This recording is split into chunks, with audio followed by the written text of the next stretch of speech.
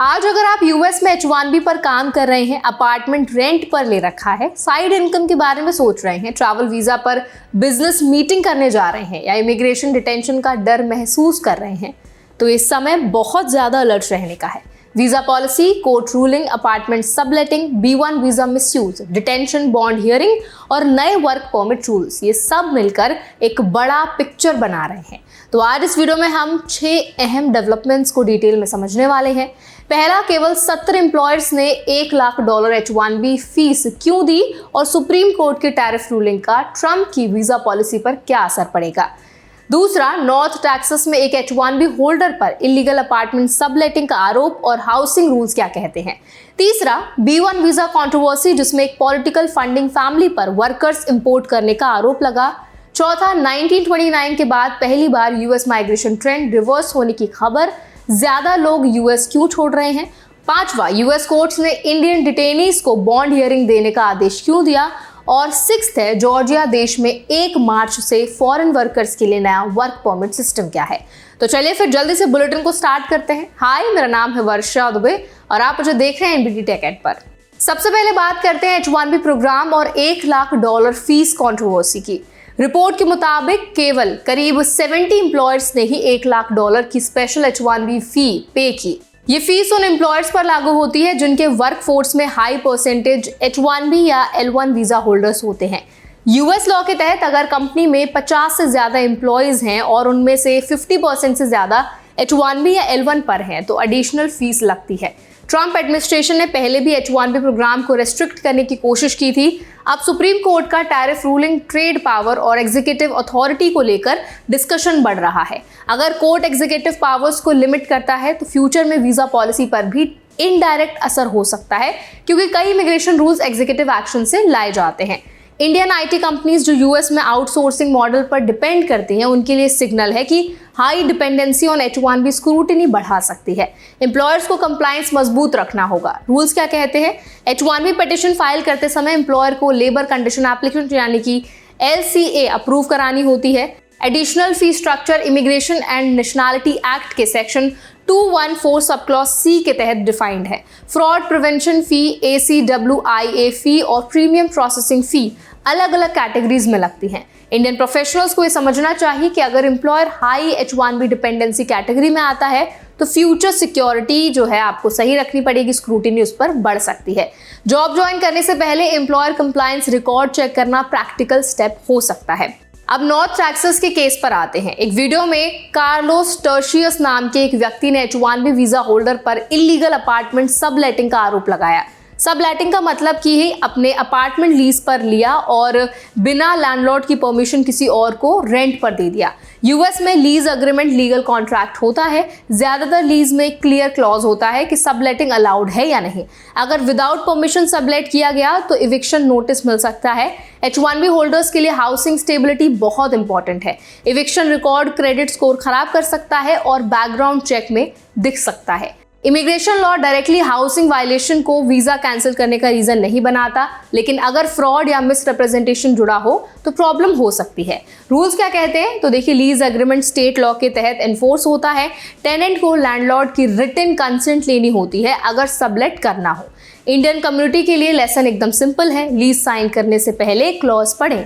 Side income के लिए room rent पर देने से पहले रिटन अप्रूवल लें। कैश ट्रांजैक्शन से बचें, प्रॉपर डॉक्यूमेंटेशन रखें। अब B1 वीजा कंट्रोवर्सी समझते हैं। B1 visa business visitor category है। ये short term business meetings, conference attend करने, कॉन्ट्रैक्ट नेगोशिएट करने के लिए होता है। B1 वीजा पर यूएस में एम्प्लॉयमेंट अलाउड नहीं है। रिपोर्ट में एक पॉलिटिकल फंडिंग फैमिली पर आरोप लगा कि उन्होंने B1 वीजा का मिसयूज कर वर्कर्स इंपोर्ट किए। एलिगेशन ये है कि वर्कर को विजिटर कैटेगरी में बुलाकर काम कराया गया। रूल्स क्या कहते हैं? तो देखिए, B1 visa holder US source से सैलरी रिसीव नहीं कर सकता। प्रोडक्टिव एम्प्लॉयमेंट अलाउड नहीं है। वर्क ऑथराइजेशन के लिए H1B या रेलेवेंट वर्क वीजा चाहिए। इंडियन एंटरप्रेन्योर्स और बिजनेस ट्रैवलर्स के लिए क्लियर मैसेज है, B1 वीजा को शॉर्ट टर्म विजिट तक लिमिटेड रखें। क्लाइंट साइट पर हैंड्स ऑन वर्क करने से बचें। बॉर्डर ऑफिसर इंटरव्यू में पर्पस क्लियरली एक्सप्लेन करें। अब चौथा मुद्दा है माइग्रेशन ट्रेंड के बारे में। रिपोर्ट के मुताबिक 1929 के बाद पहली बार ऐसा हुआ कि ज्यादा अमेरिकन ने यूएस छोड़ा और नए रेजिडेंट्स कम आए। नेट माइग्रेशन नेगेटिव होने की बात सामने आई है। ये ट्रेंड कई फैक्टर्स से जुड़ा हो सकता है। Cost of living, remote work opportunities, visa uncertainty, political climate. Indian diaspora के लिए इसका मतलब ये हो सकता है कि कंपटीशन पैटर्न बदल सकता है।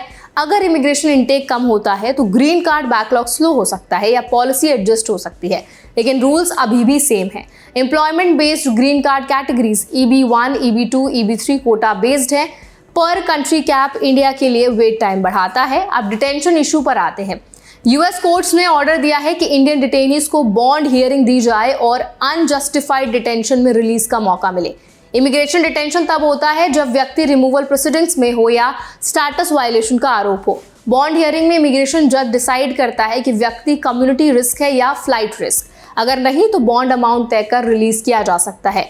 रूल्स क्या कहते हैं उस पर बात कर लेते हैं। तो देखिए, इमिग्रेशन एंड नेशनैलिटी एक्ट के तहत सर्टेन कैटेगरीज मैंडेटरी डिटेंशन में आते हैं, लेकिन कई केसेस में बॉन्ड हियरिंग का राइट होता है। इंडियन कम्युनिटी के लिए जरूरी है कि अगर डिटेंशन हो जाए तो फैमिली तुरंत इमिग्रेशन अटॉर्नी से कांटेक्ट करें। डिटेनी लोकेटर सिस्टम से लोकेशन पता करें, कोर्ट डेट मिस ना करें। अब आखिरी टॉपिक, जॉर्जिया देश 1 मार्च से फॉरेन वर्कर्स के लिए नया वर्क परमिट सिस्टम इंट्रोड्यूस कर रहा है। जॉर्जिया यूरोप और एशिया के बीच स्ट्रैटेजिक लोकेशन है और कई इंडियंस IT और स्मॉल बिजनेस में वहां काम कर रहे हैं। न्यू रूल के तहत फॉरेन वर्कर्स को एम्प्लॉयमेंट शुरू करने से पहले ऑफिशियल वर्क परमिट लेना होगा। एम्प्लॉयर को भी ऑथराइजेशन प्रोसेस फॉलो करना होगा। रूल्स क्या कहते हैं तो देखिए, वर्क परमिट के बिना एम्प्लॉयमेंट इलीगल माना जा सकता है। पेनल्टी एम्प्लॉयर और एम्प्लॉय दोनों पर लग सकती है। इंडियन प्रोफेशनल्स जो जॉर्जिया में जॉब एक्सेप्ट करने की प्लानिंग कर रहे हैं, उन्हें वीजा टाइप, रेजिडेंसी परमिट और वर्क ऑथराइजेशन तीनों क्लियर रखने होंगे। अब पूरे डिस्कशन को एक साथ समझते हैं। H1B फी कंट्रोवर्सी दिखाती है कि एम्प्लॉयर स्क्रूटिनी बढ़ रही है।